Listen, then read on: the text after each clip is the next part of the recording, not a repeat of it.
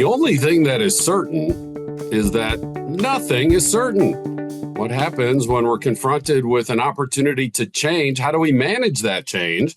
And what does that mean for fundraising? Hi, I'm Bill Stanczykiewicz, and this is the first day from the fundraising school. And I'm joined by our longtime colleague, Ann Updegraff Spleth. Ann is a longtime cherished faculty member at the fundraising school, and she currently is bringing her expertise as a fundraising and nonprofit leadership consultant across the United States and across the world. And Ann, what a delight to be back with you here on the Fundraising Schools podcast. So happy to be here with you, Bill. And of course, you have seen so many changes throughout your fundraising and nonprofit leadership career, and how, when that is done well, that leads to stability and can help fundraising. When not done well, the opposite consequence can occur. Why is this topic important to you? It's important to me because I've seen both the results of effective management, change management in fundraising, and the results of disastrous change management in fundraising. And I think we all want our nonprofit and fundraising colleagues to be successful in achieving support for their particular mission. And managing change is a really essential part of that. You know, and when we think about just kind of the human condition, what's normal? I have my favorite chair. I have my favorite walking path. Wait, you're asking me to change? Why are people hesitant to change? Well, there's a variety of factors that come into it. The first one is kind of what you referenced, comfort. Creating a new reality means maybe changes in relationships within the organization. It could mean people being afraid that they don't have the capacity to do what's going to be asked of them.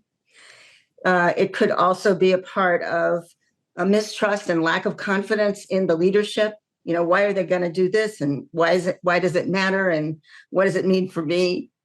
Sometimes just organizational passivity. Organizations are reluctant to change because they just are relaxed and happy with what they're doing. And then there's a fear of loss of status or control.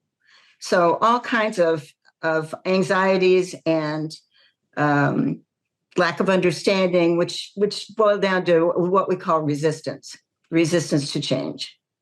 And it's not change for the sake of change, but we need to continually adapt and revise and update. I remember very early in my fundraising career, I went to a training and a very wise trainer said, there's this new Facebook thing.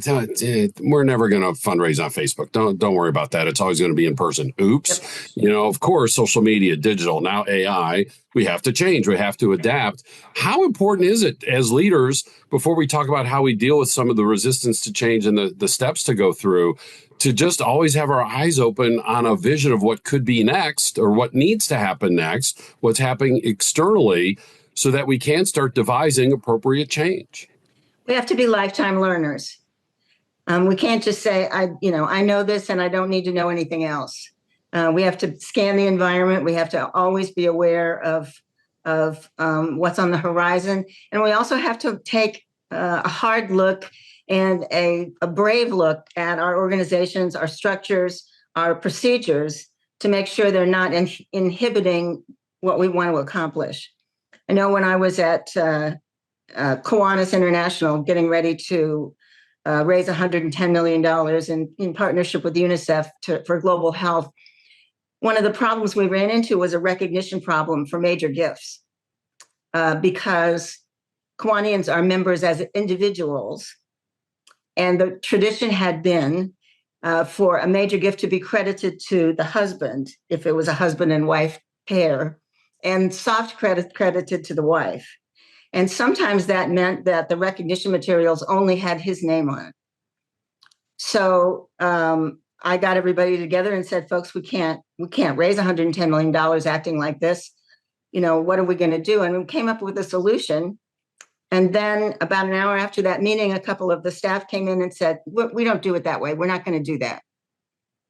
And we ended up, of course, implementing the changes so that we could fairly recognize and thank the people that were being so generous with $25,000 to $1 million in their giving. So just an example of how organizational inertia can or has the possibility of impacting our fundraising success. Just one of many examples of how Ann is a pioneer, a leader, a trailblazer, because now, years later after that example, we now know the data show women are responsible for at least 75% of the charitable giving decisions, either on their own or with their spouse partner in the household. So, Ann, you encounter these organizations, they know they need to change, there's some resistance to change, and you have a nice formal process that you take nonprofits through to maintain that stability that donors love to see. Can you teach that to us, please? I can. And I'll tell you, I discovered this when I was working on getting ready to carry an organization through a strategic planning process in order to clarify where they wanted to go and what their what their mission was going to be, how they were going to proceed to accomplish their goals. And so I discovered this model. It was actually created in the 50s by a sociologist named Kurt Lewin. And the first step in the process in this change model is unfreezing. That means it's a time when you identify the things that need to be changed and you take the steps as an organization.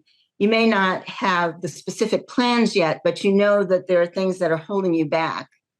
And in order to make any change at all, you have to unfreeze. You have to recognize that this is going to be a time of transition and things are going to be different. And this is a time when you want to share to address that whole question of resistance. This is a time when you want to share information as widely as possible so that people don't feel like there's some secret plan that they're not privy to. To be as inclusive as possible, share the information as widely as possible, but keep your eyes on the fact that what you're doing is identifying the changes that need to be made so that your success will follow. And then once that's been decided, everybody's had a chance to understand the next step. The next step is actually making the changes, deciding what you're going to do, how it's going to be implemented, who is responsible, how you will evaluate it, all of those decisions. Now you've unfrozen. Now you're in the changing process. And that can be a time of great anxiety for staff and for board members and volunteers. And again, sharing information widely is very important, and also helping people realize there's going to be a time of transition. We're all going to be feeling a little lost now and then. That's okay, because the goal is worth it. And then the final step, which unfortunately a lot of organizations don't do, is what Lewin calls refreezing. And that means changing all the policies and all of the ways of doing things so that you can keep the change, right? You can keep the change that you've made. Because if you, pardon me, if you don't do that, then people's inertia and the organizational flow will fall back into the frozen position. So freezing, unfreezing, freezing, changing, unfreezing, these are all critical, and refreezing critical pieces of a change process to understand and make it effective. And it's an easy process to teach, to share with your board of trustees or your executive staff so that everybody knows where we are at any given time. And so many of the steps embedded within those three big categories, we identify the need to change. Secondly, very open, transparent, lots of communication, lots of repetitive messaging, and then putting the changes in place. And number four, maintaining those open lines of communication so people can share their concerns. And in our leadership course, we also talk about gathering input and suggestions from team members on how we can go about making that change. And then lastly, let's memorialize this, systematize this, put this in place. And Ann, I have a question for you then. When you talk about open communication throughout these three steps, what about with our donors? Are we sharing everything with our donors? We always want to be transparent with our donors. What does that mean in the context of a change process? Well, I think it depends on what the change is. If it's a difference, if you're making a change in the way you recognize people, you're making a change in the way you're thanking people, if you're making change in the way that is going to impact our donors, we certainly want to make sure that they have plenty of notice and input into how they want to interact with the new reality. But there's some internal changes that I think are probably not of interest to donors. So it really depends on what the nature of the changing needs to be. We also know that sometimes, despite our best efforts, some team members just aren't going to agree. And sometimes then it's just best for them to find a better place that's a better fit. I know I don't mean that to sound harsh, but we want people to be fulfilled in their work. But sometimes that change is just so necessary. Despite all of that communication, we still might have that disagreement at the end of the day. One way to address that, I found, is to offer new training.